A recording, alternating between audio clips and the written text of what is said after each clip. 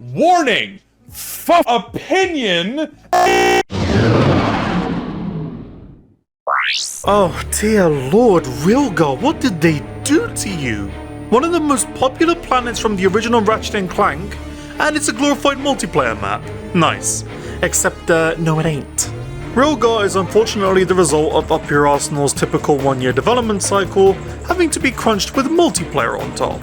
So, it's no wonder that, in order to meet the deadline, they had to resort to cutting corners. And look, listen, I get it.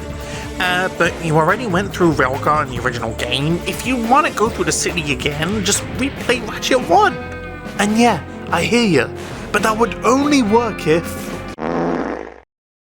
we didn't visit Kaio again anyway. So, Oh yeah, this is also the start of me talking about the Galactic Ranger missions. Normally, they're okay, but Rilgar is easily the worst because you barely see anything else other than these two big platforms and the bridge connecting it. At least with the next planet on this list, you at least have more to see as the missions progressed. Here though, nah. The fact this level uses a stereo, better sounding rearrangement of the Rilgar theme from Ratchet 1 is actually more insulting to me than anything. Because we have a godlike track, and this is where it's used. At least it suits the battle playing out, I guess? So, in conclusion, this ain't Blackwater City. This is Backwater City. So... Get me out of here!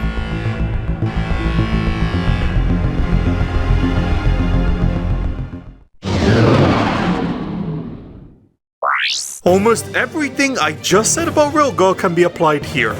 Galactic Ranger missions only? Check. Just a repurposed multiplayer map shoved into the single-player experience? Double check. So, why is this higher than Rilgar? One simple reason. Something that this planet does that Backwater City doesn't. The fact that you get to actually see more of the level as you progress through the missions, meaning that having to slog through them actually rewards you with the feeling of progress and being able to see more of Iridia. That and the music ain't too bad, which is a neat bonus, but honestly, it's not that notable for me to give it a small section. Man, they did 2 Ratchet 1 planets dirty. Not the way I'm liking to start this list, fellas.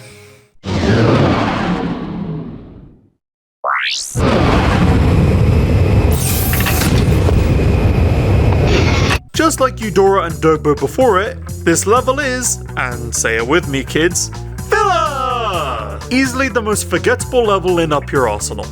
This level exists for one reason, and one reason only. For infiltrating and escaping from Dr. Nefarious' ship, the Leviathan. That is the only memorable part of this level, and they're technically not even connected.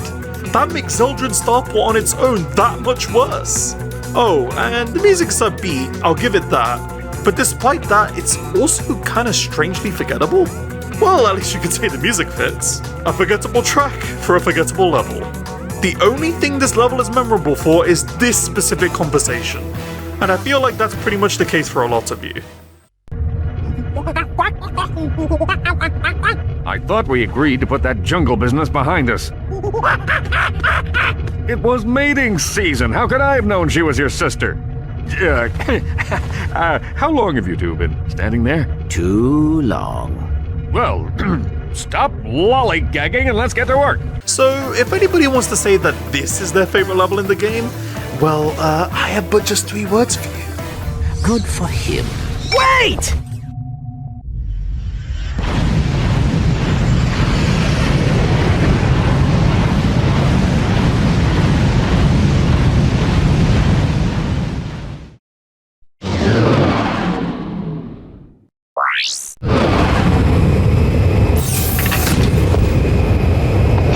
Hey, look! It's the planet every speedrunner loves, right?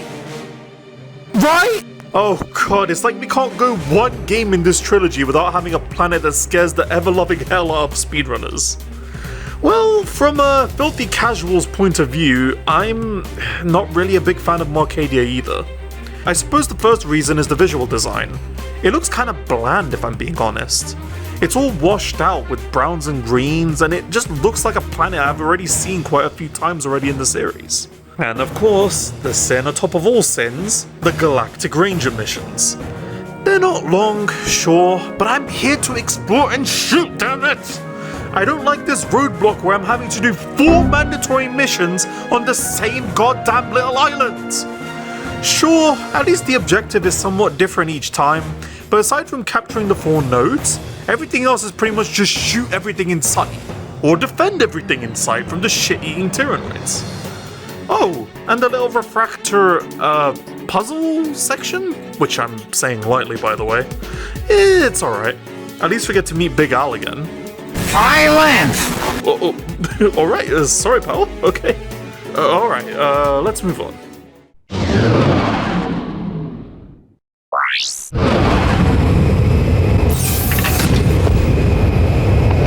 Hello dear viewer, sorry, did you order the difficulty spike full course meal with a side of pain? Oh, you did? Brilliant! Because this is the Thran asteroid belt, where you will learn to cry if you haven't already. Well, assuming you're not ready for it. Now, if this is sounding familiar to you thanks to my previous 2 videos, it perhaps is. Because in the past, I've had a habit of ranking pretty difficult levels up quite high, haven't I? Altanis, Damosel, Boldan, but I think this is where that little tidbit doesn't really measure up here. It's a difficult level, that's for sure, but the difference between this one and the others I just mentioned is that the others felt like they had different memorable places to go, see, and explore, with a wide variety of things to do and challenges to overcome. Here, Thran Asteroid Belt wears its one challenge on its sleeve the whole way through. Unless you find and explore the actually pretty cool alternate path for the returning Gadgetron PDA and Titanium bolts, you aren't going to be dying to literally anything else other than these Cork robots. Whereas in the other levels, there are a lot more dangers to be aware of. The most succinct way I can describe this planet is that it's pretty much an ambush. And a somewhat lengthy, difficult ambush. It's neat, but it doesn't scratch the same itch for me that the other difficult planets in the previous games did. I will say this though, the Clank section rocks. Easily one of the best Clank sections in the entire original trilogy. His controls seem like they were finally updated to be smoother, just like what Ratchet experienced from Ratchet 1 to Going Commando. The bot's command list has been simplified back down to 4, just like in Ratchet 1. You've got Scrunch the Monkey on your side and able to help distract both enemies and lethal searchlights, and the music?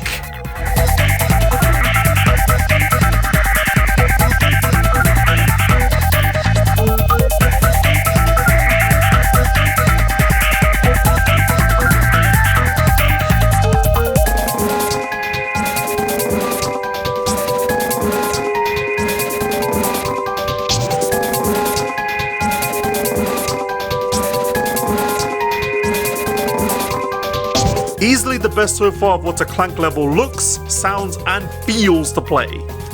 Other than that, this is an alright level. Though what helped boost Altanis, Damosel, and Boldan up higher in the past hasn't really for this one.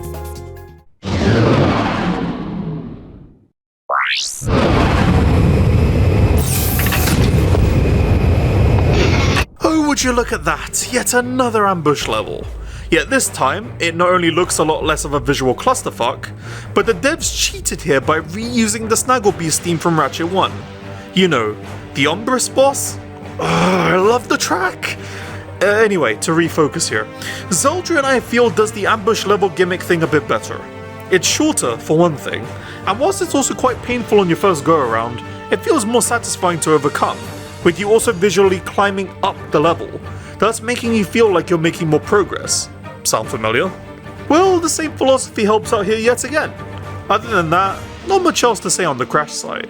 Oh, I guess other than how funny it was that the titanium bolt is just right under your ass when you start the level.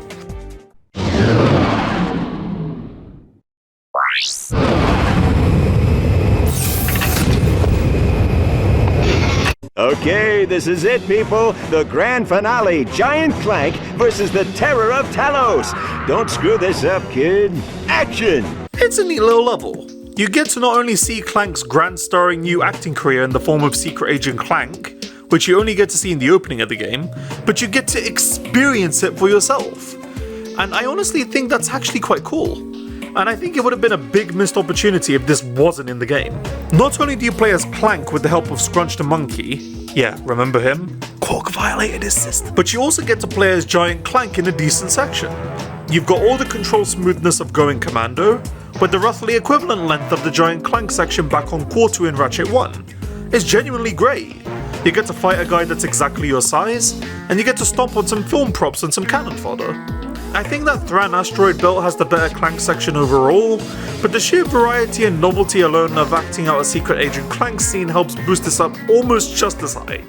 Oh, and when Clank is kidnapped and captured by Courtney Gears, and you have to play through a different section of the planet as Ratchet alone, so damn good. You're actually getting to see more of the area. Yeah, it's short, but in combination with Clank's previous 2 sections, it's a pretty decent length. And the music, especially for Ratchet section, say no less. Not gonna lie, I had this ranked slightly lower originally, but now that I'm typing all this out, I actually think this deserves its new spot that it's now at. Actually a pretty decent level.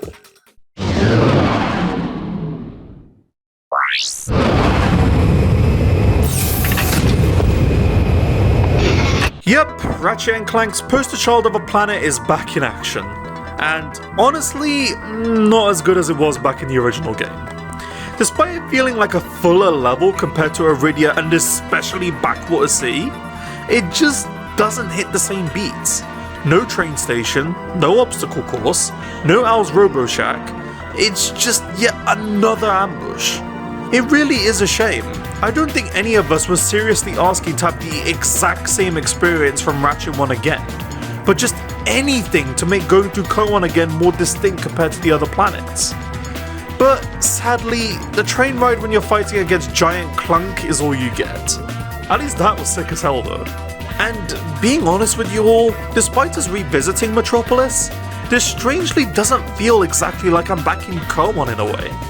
I don't recognize any of the landmarks from Ratchet 1, with the only exception being the little blimp in the sky. Glad to see that's still there.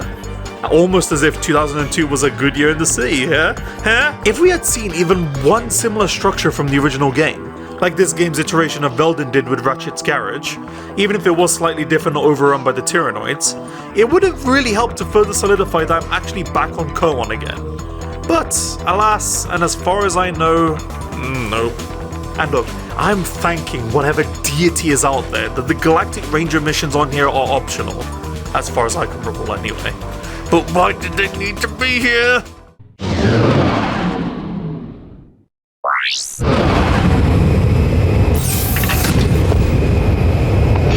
If you want a quick adrenaline rush, listen to Koros' theme for about 1 minute and 4 seconds. That's all you'll need.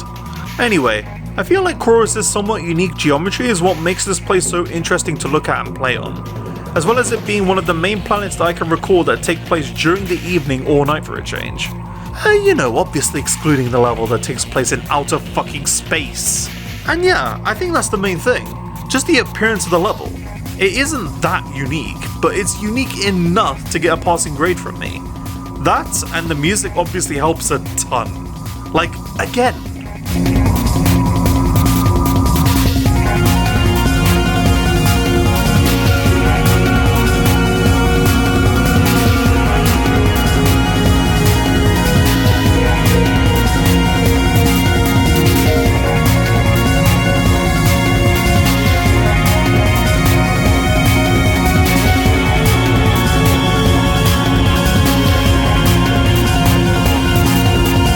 Honestly, one of my favorite tracks in the game.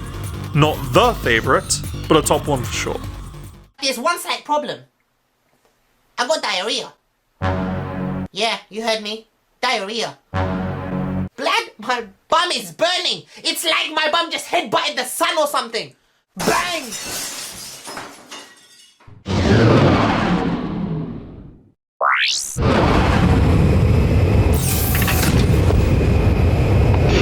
I'm sure you can all confidently guess from this planet's name as to what you'll be doing on it. Yep, water. Which means only one thing, swimming. The only time I can recall where this mechanic is used in the entirety of Ouya. Poor grind rails, man, they never even had a chance. Anyway, remember what I said in the Koan section about needing some variety to differentiate the planet from the others? Well, this was a very easy win for Aquatos in that regard, because being able to swim alone already checks that box for me. However, the swimming feels more like just a slightly different way to get from point A to point B. There's almost no challenge here other than the sea mines. So if you were expecting something on the level of Drek's fleet and its underwater section, sorry. And don't get me wrong, even the novelty of effectively freely swimming to another area feels different enough to make it fun. But still, more could have been done with it, especially on a level called Aquatos. The Clank section is, alright. Kinda short-lived, but also kinda uninteresting. I feel like the whole instance of just shooting out a banana and waiting for Scrunch to monkey bar his way over to a button you're luring him to was just... it was a bit too simple for my liking. Thran Asteroid Belt and Holostar Studios definitely did both Clank and Scrunch better there. But those two aspects of the level aren't the only thing, because, after all, Aquatos has also got the sewer, aka the return of Taboro's crystal mining and Grelbin's moonstone hunting from Going Commando. And it's also alright. I like being able to walk all along the tube thanks to the returning gravity boots, and the returning amoeboids, even throughout the normal path of the level, was great to see again. But if I'm being honest, I'd rather do Grelbin's moonstone hunting and get absolutely fisted by the giant yetis, with having the charge boots on and zooming around the level, than looking at the sewer for multiple half hours at a time. It sure says a lot when it is an absolute requirement to acquire the mapper first before coming here, as well as just abusing the hell out of the map in general, because without it, unless you find yourself on the connecting pathway where you can just jump into the raw sewage, yes. First, Ratchet and Clank will descend to the sea floor and wade through a series of tunnels flooded with waist-high raw sewage. What? Please hold your questions until the end of the presentation. You're just guaranteed to get flat out lost. There's not much to see, and collecting all the sewer crystals felt kind of like a chore. Well, at least God pays us handsomely if we give him a whole bunch. Oh yeah, God's back, by the way. Now I can finally make my wife that sewer crystal necklace she's always wanted. Say, what are sewer crystals? Exactly. Oh, trust me, it's better you don't know. Well, boys, I'll be seeing you one of these days.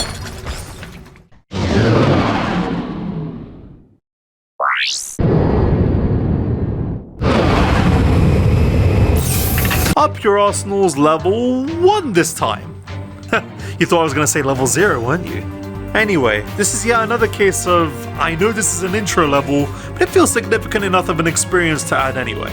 This time, you feel like you're really thrown right back into the deep end immediately upon playing. Velden from Ratchet 1 and Aranos 1 from Going Commando didn't give you that sense of urgency, but this one sure as hell does. I'm not dogging on those two levels, by the way, they're still great intro levels. But yeah, it really is a powerful opening, and I genuinely feel like I'd rather be here than on something like the returning Backwater City, Iridia, or Marcadia. Hence why I'm including Velden on this list. Oh, and as mentioned before, being able to see Kaizil Plateau and seeing an actual memorable landmark from Ratchet 1, that being Ratchet's overrun garage, that genuinely makes me feel like I'm actually back on Velden. More so than Kerwan made me feel. So if you think I was just talking trash before and you didn't get it, this is what I meant. Genuinely a really good opening. I can't decide between it and Going Commando in terms of which one is better.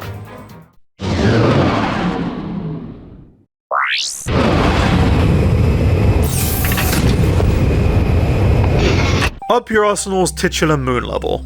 It's atmospheric, somewhat lonely, and, well, it's decent. However, I don't think this level edges out the Maktar jamming array from the previous game though. In terms of feels though, oh man.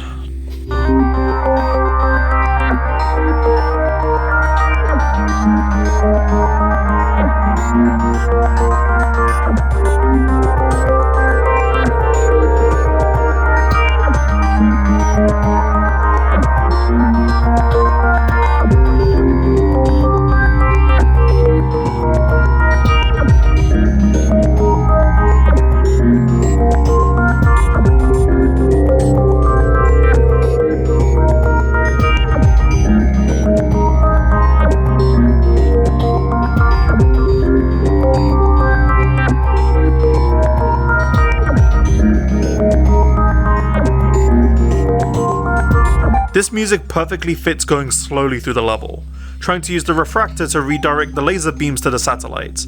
It's honest to God perfect. But some of you eagle-eyed viewers may have noticed the Gemini part of the name. And what does Gemini mean? That's right, twins. We have 2 moons. The first playing like the Maktar jamming array moon, and the second playing more like a traditional level, except you're up in space. And that theme you were listening to? It gets more intense. I'll just leave it playing in the background as I talk, but it maintains that feeling of loneliness whilst also allowing for the more action-packed, traditional encounters to happen up here. Obani Gemini is undoubtedly very memorable, and one of the highlights of Up Your Arsenal for me. I don't think I'd be able to recall another track from another game that balances this space-like, slow, lonely feeling with more intense action.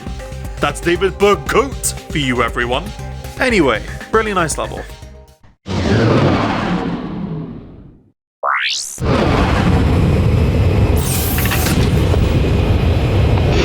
Using the Drex Fleet dogfighting theme on me, eh? God damn it. Oh, god damn it. Well, it's working, as it does have a final level sort of feeling to it. Anyway, I think Mylon is pretty distinct for a final level. I genuinely think it does what Yeedle tried to do in Going Commando, but better. You see, back on Yeedle, you'd be on the outsides of Megacorp HQ, and you'd kinda have to battle and swing your way in, abusing the hell out of the Hypnomatic on the receiver bots. You'd enter the facility's interior, but other than that, it felt like you were moving through several giant hallways, not really knowing how much closer you were getting to the Protopet duplication room. Mylon, however, solves that issue with a similar technique that I already praised Iridia and Zeldrin for prior, the feeling of visual progression. Just like Zeldrin, Mylon has you traversing upwards, with the looming buildings and the few Tiragai sections really making you feel like you're seriously infiltrating the facility, instead of barging your way right in.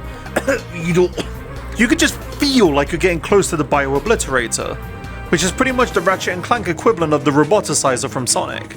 And when you reach it, and have to confront and then chase down Dr. Nefarious, it's a brilliant final boss, and the music fucking slaps!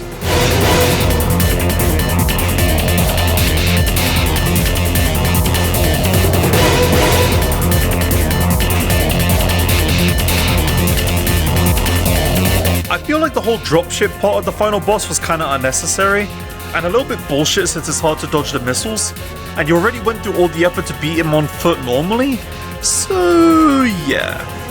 Overall, good final level.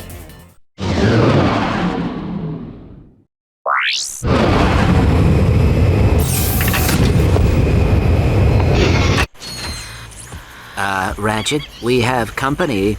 Where? Behind you. Where? Behind you. Very funny. You having a good time? You trespass on sacred ground. Yeah, I did, because I like being here. Perhaps the most exotic level in the trilogy so far. Never before have you seen a jungle level or planet in Ratchet & Clank. And yeah, it's a bit of a tragedy that because of time constraints that the racetrack section got removed and relegated to an incomplete showcase in the Insomniac Museum. But the level is genuinely able to stand up on its own without it. Maybe it would have ranked higher had it actually made the cut, but still, 5th place out of 18 is still really good. This level has a lot to remember. The uniquely battered interiors with bridges and wall jump slots, the clever secrets with the trophies and titanium bolt locations, the enemies that feel unique to the planet, just like the enemies of old, instead of, the same old tyrannoids everywhere. And, of course, the... Path of Death! Such a great planet, and fighting Quark and kicking his ass felt as satisfying as ever. Next.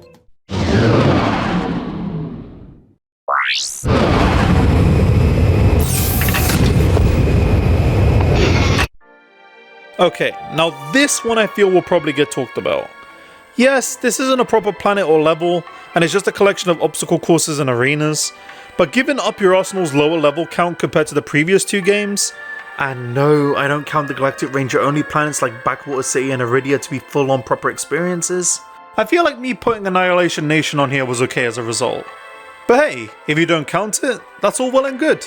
Just forget this section entirely, and I guess you'll have your proper list. This is one of my favourite arenas in the entire trilogy. Yes, even better than the Maktar and Jobel ones from Going Commando. Why? Well, the challenges are all presented in a neater format, feel more engaging to compete in, and the music selection is just sublime. I'd honestly much rather do the Quarktastic challenge with 100 rounds of pure chaos in here than Going Commando's impossible challenge. The Quarktastic one felt more engaging, faster, and the addition of the Inferno crates to just barely clutch out a round? Ooh.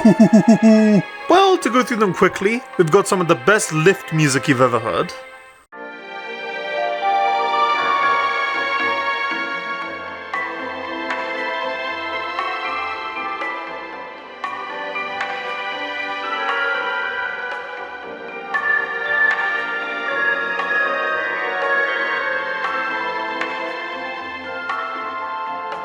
The obstacle courses.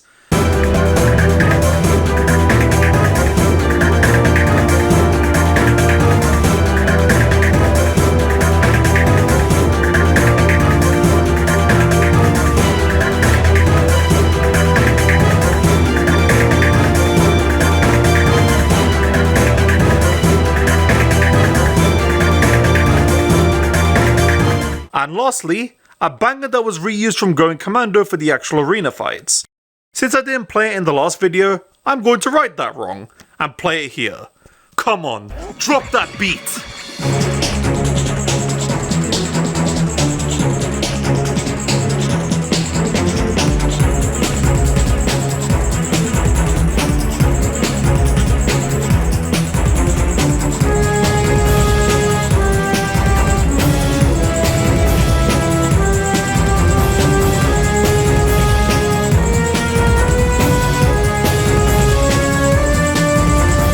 There's also the actual boss fights in the arena itself, where it reuses the Poketoro dogfighting theme from Ratchet 1. But if I play any more music, we won't be progressing anytime soon, so I'll have to sadly move on. So, shall we?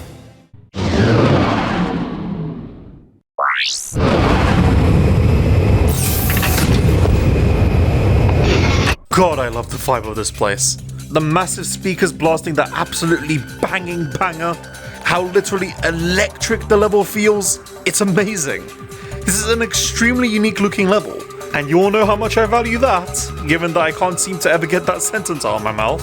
But believe it or not, random viewer that may potentially not be aware, this isn't solely why Obani Draco is number 3 for me. Because, as most of us Ratchet fans know, what this place truly delivers on is this. Goes out to all you robots across the galaxy. It's time for you and me to rise up and strike back. Don't stop until we dominate. Won't you feel great when we exterminate all organic life? God, that was so good! Owl, from the top, please.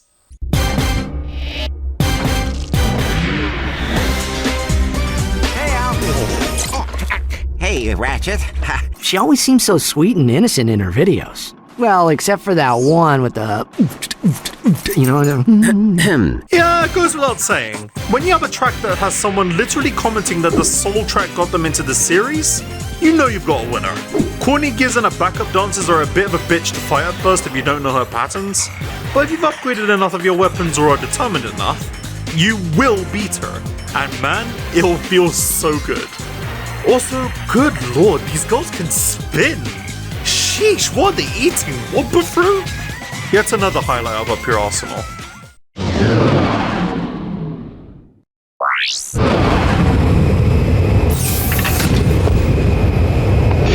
For someone who really likes the design philosophy that Ratchet 1 and Going Commando followed, man does Dax hit the spot.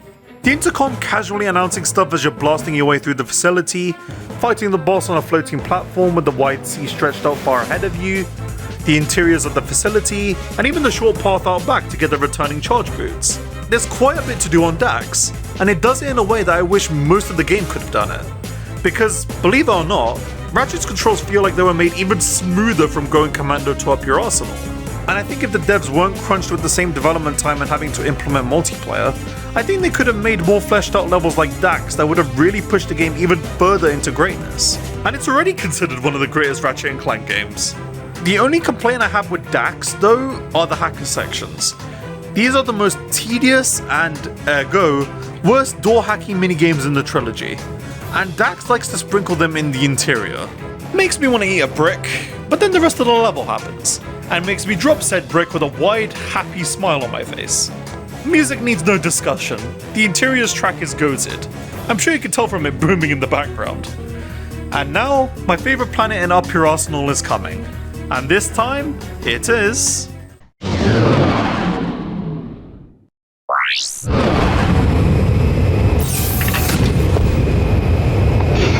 Ain't this a familiar story? Just like with Damosel and Boldan, Dax and Tyrannosis are in very tight competition with each other for which one is my favorite planet of their respective games. But since I have to choose now, I would just give it to Tyrannosis. Why? Because I feel like this level perfectly encapsulates and executes the main goal that I believe Up Your Arsenal was trying to achieve, making you feel like you were participating and turning the tides within a galactic war zone. I believe that was the whole point of the Galactic Ranger missions, but where they failed in my eyes was, firstly, your teammates feeling either incompetent or outright making excuses to skip out on helping you, which completely defeats the purpose of them existing and doesn't make them cute or endearing. Yes, we're having a Kronk and Zephyr situation again from Tools of Destruction. I really didn't like it there, and I still don't like it here. And secondly, they're sometimes forced on you. And nobody likes being forced away from the usual formula to participate in something that isn't what they paid for. People didn't like the ship dogfighting only levels from Going Commando, and it's exactly the same problem here. But on Tyrannosis though, you not only drop in and help eliminate some key targets on Kabu Island, putting you in that war zone following the awesome skydiving section, but then when you're actually on Korgan base, you get one of my favorite things to do in Up Your Arsenal. You see, this level is distinct in particular because Scrunch will actually assist you in the turbo slider, and the level is big. However, you can use the turbo slider to help you get around and shoot some guys. Almost every weapon in your arsenal is fun to use on this planet, and the level is designed so well. Big Tyrannoids up in the guard towers? Snipe them with the Flux Rifle. The 4 turrets? You have to visit distinct locations with either the turbo slider, on foot, or both. It's so satisfying to once again ascend up some structures, fighting whoever is trying to stop you, and then blow up those targets. And the fact you get a boss at the end too that's kinda decent? Yeah, I think this gave the level enough of an edge over Dax for me. Tyrannosis is truly one of a kind, and I think if the Galactic Ranger missions were structured more like that, or had their multiplayer components made somewhat similar, it would have resulted in better reception, and an overall more enjoyable and cohesive experience. The music is pretty solid too, the one you're hearing in the background, Kabu Island, being my personal favourite. Though Korgan Base also sounds good, though not as good in my opinion. And that, ladies and degenerates, is the entire Ratchet & Clank original trilogy ranked. Maybe I might make an overall list where I combine all the levels and then try ranking each one against each other, or more likely another video altogether, but we'll see. Since this is, arguably, the most popular game in the trilogy, do feel free to let me know what your thoughts are on either the list or where you would place a specific level. You know, maybe that could be another video in and of itself. Regardless, be sure to like if you enjoyed the video, subscribe if you want more Ratchet related content, and I'll see you all in the next upload. Laters!